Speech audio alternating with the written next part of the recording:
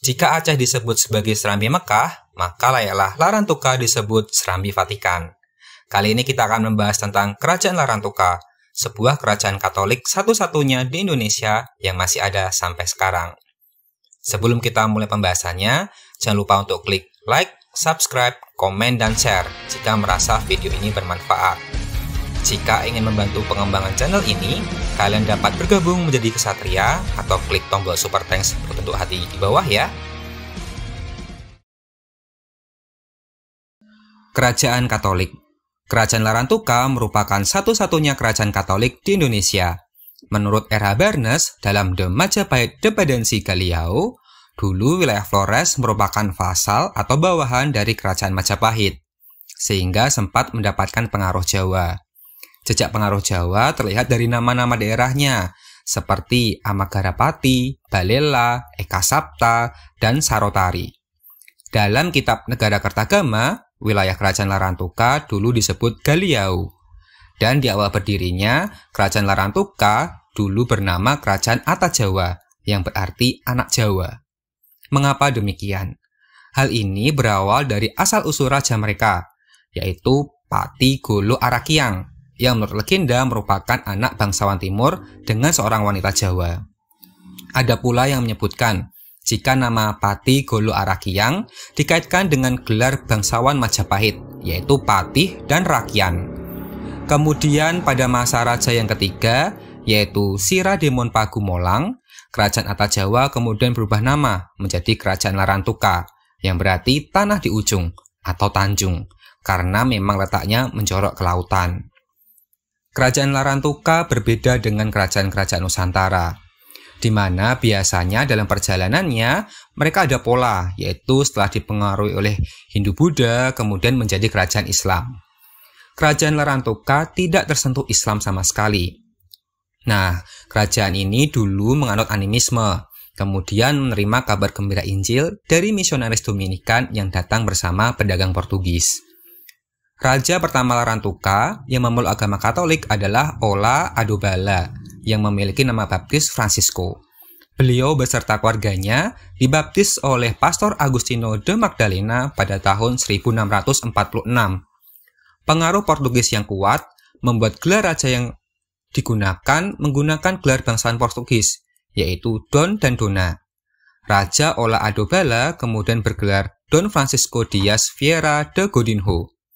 Dias Vieira de Godinho atau yang sering disingkat sebagai DVG kemudian menjadi nama suku atau nama keluarga dari Raja Larantuka sampai sekarang. Perang adu domba. Kerajaan Larantuka menjadi sekutu dekat Portugis dalam perdagangan. Hal ini tentu tidak disukai oleh VOC Belanda. Untuk itu, Belanda kemudian menjalin sekutu dengan Watan Lima, sebuah persekutuan yang terdiri dari 5 kerajaan Islam di Nusa Tenggara. Persaingan antara Belanda dan Portugis kemudian menyeret masyarakat Nusa Tenggara dan berkembang menjadi perselisihan Paji Demon, yaitu perselisihan antara kelompok Demon, yaitu raja-raja Kristen Larantuka, dengan kelompok Paji, yaitu kerajaan-kerajaan Islam. Salah satu perang besar yang melibatkan kerajaan Larantuka adalah Perang Penfui pada tahun 1749. Saat itu, kerajaan Larantuka dan pasukan Portugis mengirimkan kurang lebih 40.000 pasukan untuk menyerang pos Belanda dan sekutunya di Kupang. Perang ini kemudian dimenangkan oleh aliansi Portugis Larantuka. Namun ternyata perang ini menjadi awal dari perpecahan di dalam kubu Portugis. Perpecahan terjadi di mana keturunan Portugis Melayu yang disebut Suarte Portugesen atau Portugis Hitam kemudian malah menjalin aliansi dengan penguasa lokal dan memerangi bangsa Portugis Totok, bahkan menyebabkan gubernur Portugis mengungsi ke Dili. Peristiwa ini berimbas pada melemahnya kekuatan Portugis sehingga pada akhirnya tahun 1859 Portugis kemudian menyerahkan Flores kepada Belanda. Dengan demikian, kerajaan Larantuka kehilangan sekutu terbesarnya. Belanda kemudian mencoba menekan kerajaan Larantuka dan juga mengirimkan misionaris Protestan ke wilayah Larantuka. Karena merasa terancam, kerajaan Larantuka kemudian melakukan pemberontakan pada tahun 1904 yang berakhir dengan kekalahan kerajaan Larantuka. Raja Larantuka saat itu Don Lorenzo II DVG kemudian ditangkap dan dibuang ke Yogyakarta. Sejak saat itu, Kerajaan Larantuka dibubarkan oleh Belanda. Pengaruh raja sekarang. Meskipun secara politik keluarga Raja Larantuka tidak memiliki kekuasaan apapun, namun mereka masih eksis dan berpengaruh sampai saat ini. Kepala keluarga Raja Larantuka saat ini adalah Don Andreas Martinus DVG, yang merupakan keturunan raja ke-22. Beliau sekarang tinggal di istana sederhana yang dibangun pada tahun 1887 oleh Don Lorenzo II DVG. Istana ini terlihat lebih sederhana dibandingkan istana kerajaan lain di Nusantara.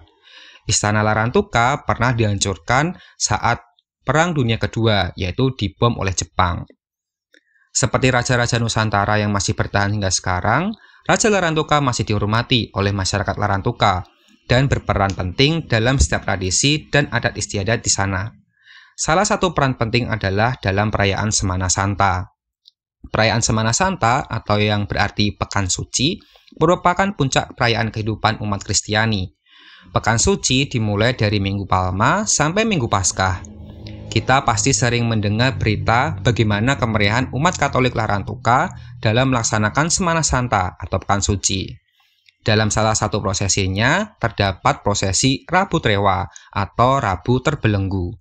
Saat hari tersebut, di Istana Larantuka dilaksanakan upacara pemilihan siapa yang akan membawakan ovos, yaitu semacam nyanyian ratapan Paskah. Nyanyian ratapan ini kemudian akan dilakukan di armida-armida atau semacam pos-pos berhentian yang digunakan untuk merenungkan karya Tuhan Yesus saat berada di dunia. Salah satu armida terletak di depan Istana Larantuka. Armida ini merenungkan wafat Tuhan Yesus disalib. Peran Raja Larantuka tidak berhenti di situ. Jika Uskup Larantuka memimpin ibadah liturgis, maka Raja Larantuka memimpin ibadah devosi. Contohnya membuka pintu kapel Tuan Ma, yaitu kapel yang menyimpan patung Bunda Maria Dolorosa. Dilanjutkan mengaji Semana Santa, yaitu melakukan doa dan puji-pujian dalam kapel, serta memimpin Konferia Renha Rosari dalam merarakan patung Tuan Ma keliling Larantuka saat Jumat Agung. Buku sejarah. Ada sebuah pertanyaan menarik. Mengapa Kerajaan Larantuka tidak diajarkan di buku sejarah saat sekolah? Apakah pemerintah pilih kasih? Menurut pandangan saya pribadi, yang pertama, kemungkinan peran Kerajaan Larantuka terlalu kecil dalam perjalanan sejarah bangsa Indonesia, yang maaf ya kalau boleh dibilang cenderung Jawa sentris. Kemudian yang kedua, Kerajaan Larantuka tidak mengikuti pola kerajaan di Nusantara, yaitu mulai dari masyarakat animisme, berubah menjadi kerajaan Hindu-Buddha, dan kemudian berakhir menjadi kerajaan Islam. Dan yang ketiga, keterlibatan dalam perlawanan melawan kolonialisme yang dalam tanda kutip tidak terlalu signifikan. Ya, padahal raja mereka sampai dibuang loh ke Yogyakarta. Kita tidak perlu berkecil hati, karena masih banyak kerajaan-kerajaan kecil lainnya yang juga tidak ada dalam buku sejarah. Kalau kita paksakan harus ada di buku sejarah, nanti malah anak-anak belajar terlalu banyak dan bingung dalam belajar. Tugas kita lah sebagai umat Kristen yang tetap proaktif mengajarkan hal-hal yang berkaitan dengan kekristenan kepada anak-anak kita di lingkungan keluarga. Itu dia sedikit seluk-beluk Kerajaan Larantuka, satu-satunya kerajaan Nusantara yang mengadopsi agama Kristen Katolik. Bagaimana menurut kalian? Perlu tidak sih Kerajaan Larantuka dimasukkan ke dalam buku sejarah di sekolah? Sekian video kali ini. Terima kasih sudah menyaksikan sampai selesai. Jangan lupa untuk klik like jika menyukai video ini. Sampai jumpa di video lainnya. Salam.